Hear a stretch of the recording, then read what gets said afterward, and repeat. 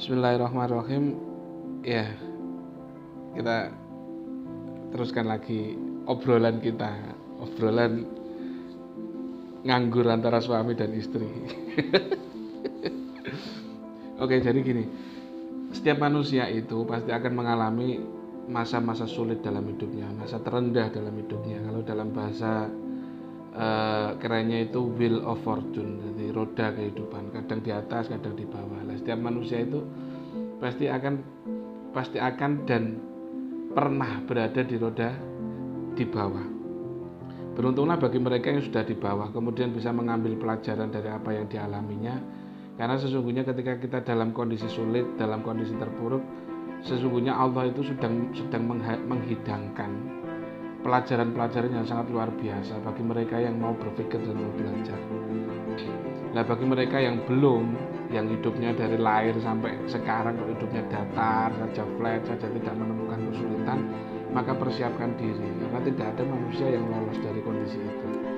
Tetapi catatan pentingnya adalah gini, seberapapun besar, seberapapun berat ujian, cobaan yang diberikan Allah kepada kita, yakinlah itu tidak akan membunuh kita. Saya ulangi lagi, ini perlu digarisbawahi itu. Seberapa besar, seberapa berat cobaan dan ujian yang diberikan Allah kepada kita, yakinlah itu tidak akan sampai membunuh kita. Karena Allah itu memiliki kadar, memiliki takaran. La yukallifullahu nafsan illa wus'aha. Allah itu tidak akan memberikan beban di luar batas kemampuan manusia. Nah, terus gimana? Terus kondisinya itu seperti apa? Dalam kondisi terpuruk itu gambaran kondisinya itu seperti apa? Jadi pada saat kita terpuruk, pada saat tersulit dalam hidup kita itu, seolah-olah Allah Subhanahu Wa Taala itu mempreteli semua daya, semua upaya, semua daya, semua kemampuan, semua kepintaran, semua kepandaian kita, sehingga kita itu benar-benar tidak berdaya dihadapkan dengan kondisi itu. Jadi kondisi itu seolah-olah menjadi alat yang digunakan oleh Allah Subhanahu Wa Taala yang dihadapan kita dalam kondisi kita tidak punya daya untuk menghadapi. Jadi gini, gambaran ini cerita. Ada temennya teman, jadi koncoku itu gini ceritanya. Dia itu termasuk hidupnya mudah. Jadi sejak lulus kuliah, tidak sampai pulang ke rumah, maksudnya tidak sempat nganggur di rumah, begitu lulus langsung kerja itu kebetulan di PMA. PMA itu perusahaan modal asing atau multinational company. Lah di PMA itu kan otomatis fasilitas kemudian macam-macamnya itu mesti beda dengan perusahaan-perusahaan biasa. Itu begitu lulus langsung diterima bekerja di situ. Kemudian jalan beberapa tahun dia pindah ke perusahaan. Lah di perusahaan selanjutnya ini justru lebih mudah lagi, karena dalam 1 tahun dia itu naik gaji sampai 3 kali. Jadi masuk itu mendapatkan gaji, kemudian beberapa bulan gajinya dinaikkan lagi, dalam beberapa bulan gajinya dinaikkan lagi. Promosi jabatan juga gitu. Kalau yang lain-lain itu yang sudah lama kerja di situ itu untuk menjadi manajer itu butuh di situ itu 5 sampai 6 tahun baru bisa diangkat menjadi manajer dari staff, kemudian senior staff itu.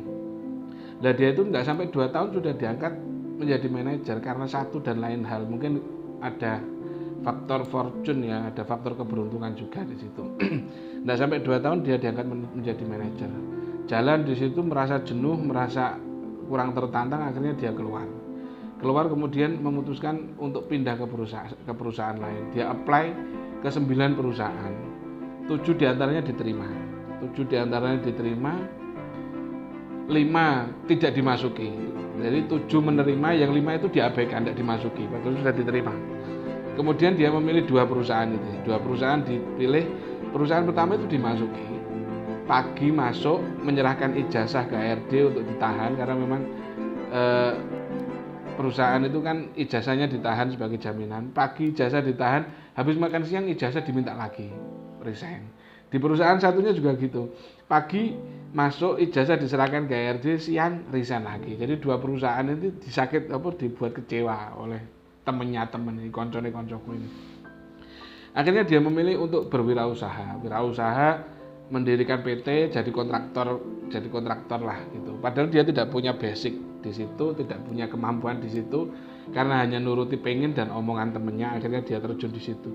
Dengan sisa uang yang ada, dengan tabungan yang ada, dia investkan di situ. kontrak pertama, proyek kedua, proyek ketiga itu masih jalan lah, masih bisa jalan dan bisa menikmati. Akhirnya proyek selanjutnya sebenarnya akhirnya terpuruk, tambah sulit, akhirnya tambah kebiduk, akhirnya habis sama sekali. Itu mungkin caranya Allah, jalannya Allah, pintunya Allah untuk memasukkan dia ke dalam kondisi keterpurukan atau kondisi sulit. Jadi sampai masuk di situ akhirnya habis, asetnya terjual habis. Dia sudah tidak berdaya lagi di situ. Akhirnya dalam keputusasanya dia memilih, oke, saya akan masuk ke dunia profesional lagi. Dia apply lagi ke perusahaan dengan harapan seperti sebelumnya, dengan kemudahan sebelumnya. Ngelamar manajer gampang, dari 9 perusahaan 7 diterima. Tetapi ini berbeda. Yang saya bilang di awal tadi, Allah itu mempreteli kemampuan, Allah itu mempreteli kepandaian dan kepintarannya. Ini berbeda. Jangankan untuk melamar level manager, untuk downgrade level supervisor aja tidak bisa masuk. Jadi tidak diterima, ngelamar supervisor aja tidak diterima. Jadi sulit. Sampai akhirnya dia terpuruk. Akhirnya Allah menempatkan dia pada kondisi yang tidak bisa dibayangkan, dan tidak dibayangkan oleh dirinya dan orang-orang sekitarnya. Akhirnya sampai dia menjadi sopir taksi, kemudian menjadi sopir ekspedisi, kemudian sampai akhirnya menjadi kuli bangunan dia lakukan. Karena memang ya sudah terlanjur menikah, sudah terlanjur memutuskan untuk membawa anaknya orang, mau tidak mau dia harus bertanggung jawab. Itu kondisi terberat, kondisi terpuruk. Lah, pada kondisi ini tidak ada satu orang pun yang bisa menolong. Dalam arti gini, tidak ada orang yang bisa menolong itu. Kalau Allah sudah menakdirkan kita dikasih tempo waktu 6 tahun misalnya dalam kondisi sulit, dalam kondisi terpuruk, maka tidak ada satu orang pun yang bisa membantu untuk memendekkan waktu itu. 6 tahun menjadi 3 tahun, menjadi 1 tahun, atau menjadi 6 bulan saja, tidak ada. Jika Allah sudah menakdirkan 6 tahun, maka 6 tahun itu harus dihabiskan. Apapun kondisinya, seberapapun berat kondisinya, seberapapun tidak enak rasanya, harus dihabiskan. Yang bisa kita lakukan hanyalah menghibur diri bagaimana kondisi itu bisa kita lewati. Karena memang tidak ada orang yang bisa menolong. Yang bisa menolong hanya wasta'inu bisobri wasolah. Yang bisa kita lakukan pada saat itu adalah dengan sabar dan sholat. Mau kita datang misalnya ke orang pintar, mencari guru spiritual, mencari pendamping dukun lah misalnya, itu tidak ada yang bisa menolong. Jika 6 tahun ya 6 tahun harus dijalani. Tidak bisa kita potong menjadi 3 tahun, tidak bisa kita potong menjadi 1 tahun. Mau tidak mau harus kita jalani. Ibaratnya kita itu berada di dalam kereta. Misalnya kita perjalanan dari Surabaya ke Jakarta itu butuh waktu 8 jam. Mau tidak mau, nyaman tidak nyaman di dalam kereta, kita harus tetap stay di dalam kereta itu selama 8 jam. Walaupun kita di dalam kereta itu berusaha dengan segala kemampuan kita, melakukan upaya misalnya lari sendiri di dalam kereta, tidak akan mempercepat laju kereta.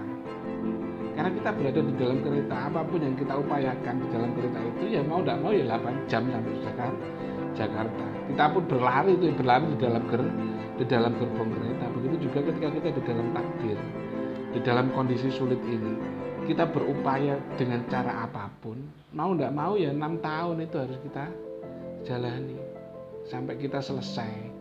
Lah, beruntung bagi mereka yang bisa mengambil pelajaran, bisa mengambil hikmah dari itu semua, karena itu akan membuat manusia semakin tough, membuat manusia semakin kuat.